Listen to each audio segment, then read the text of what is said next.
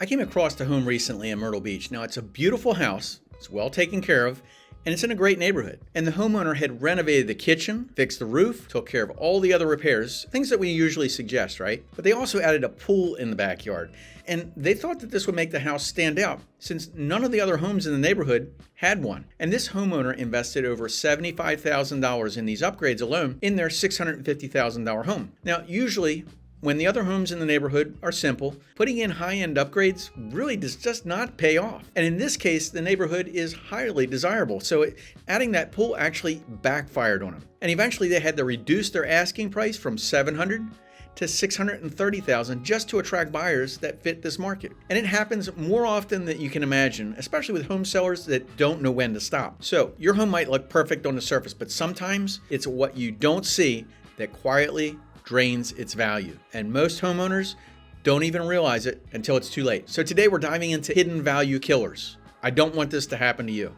And if you're new to this channel, I'm Jerry Pinkas, your real estate expert with over 20 years of experience in this field. I've seen hundreds of homeowners lose thousands of dollars over these simple, easy, avoidable mistakes. And that's why I'm here to help you to avoid them and to save you from the costly pitfall. So without further ado, let's jump right in. Here they are in descending order. Number 5, putting too much money into that renovation. Now, many homeowners, they spend way too much money on that renovation without considering whether it's going to actually get them money back when they go to sell. So look, if you're not planning to sell at all, go ahead, do whatever you like. But if you're in the market to sell your house, you have to think of it like a buyer, from a buyer's perspective, right? They don't see your home the same way you do. Now, buyers are looking for a property that meets their needs. So you want to focus on the updates that buyers actually are looking for and they want, so you can get a good return on your investment. Now, for example, fresh paint, neutral colors, updated cabinets, new light fixtures. These are practical updates that can significantly improve your home's appeal. But anything too personalized, like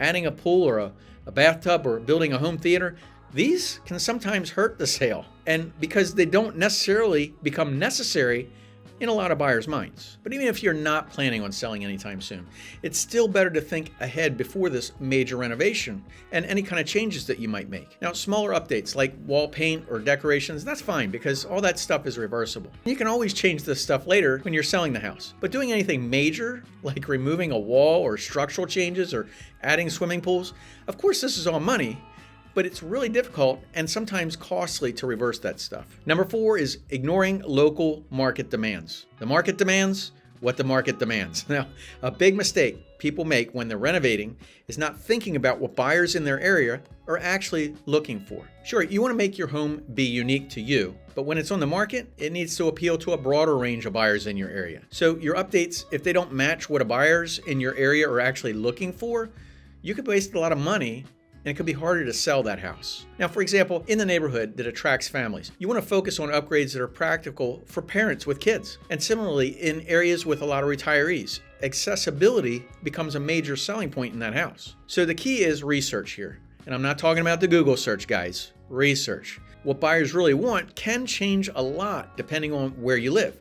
So who's buying the houses there and what style and what neighborhood? And some areas they prefer an open floor plan, while others they want more separate rooms. So, it's not the same everywhere. Some people want living all on one floor. Some people want separation. They want 2 floors. Just make sure it's the same where you live. So the best way to figure this out, what a buyer actually wants, is that thorough research that I spoke about. Now, you want to go through more than the Google search. It's hard data, what's actually selling in that neighborhood. That's the more important thing. And why is it selling? So look at those recent sold homes. You want to figure out what's really going on. What are the popular features that are selling?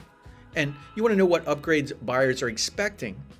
And so you can make a better renovation choice. So to get this kind of information, it can be difficult, but it takes time. You can do it yourself. You can research on your own, but you really got to crunch some numbers. And I'm not talking about what it listed for and what it sold for. I'm also looking at what renovations were done to that house. This is why a good real estate agent who knows what's going on in the neighborhood, and they do this every single day, is super important.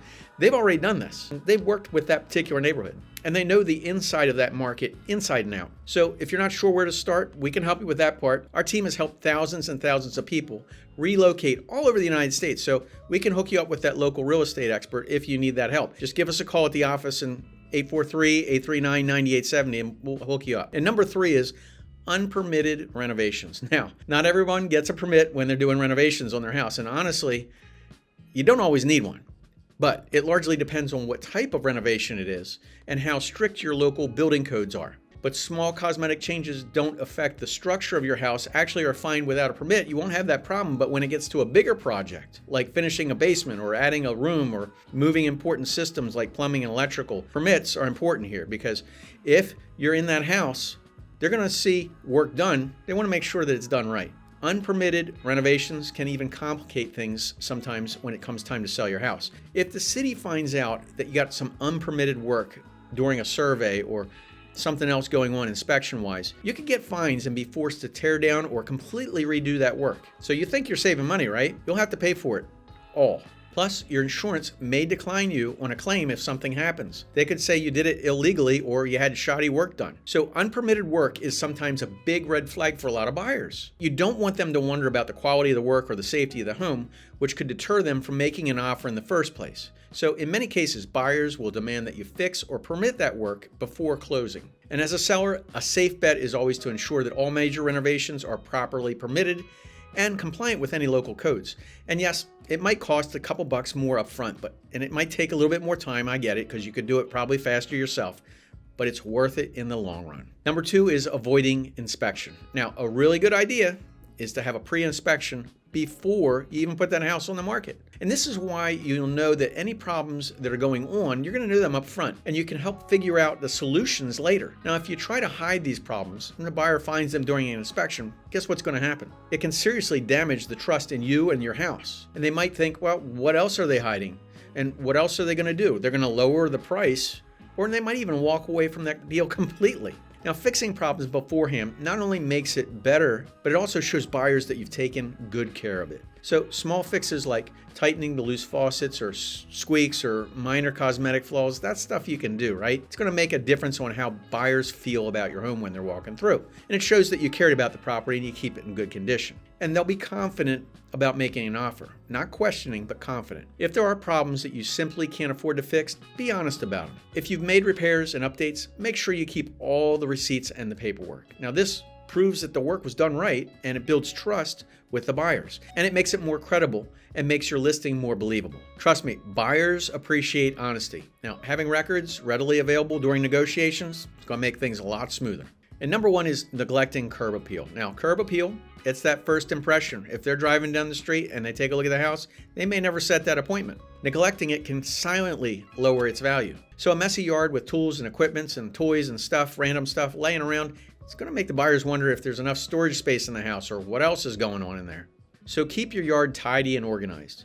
Store everything neatly in a shed or a garage, and during the photo shoot, make sure that it's super clean. And when the buyer visits, you want to make sure it's super clean for that inspection as well. Now, outdated designs like peeling paint or rusty fixtures, they send a message of neglect and make the buyers think that they got a lot more work to do before they can move in. So fresh, neutral colors like paint and replace that old worn out fixtures and make sure it's completely feeling welcoming. Just make sure that your lawn is mowed, your bushes are trimmed and the trees are cut back, and make sure you put fresh mulch and any kind of flowers. Just makes a huge difference on the outside of the house. Also, your pathways and entrances and the lighting, make sure it's bright.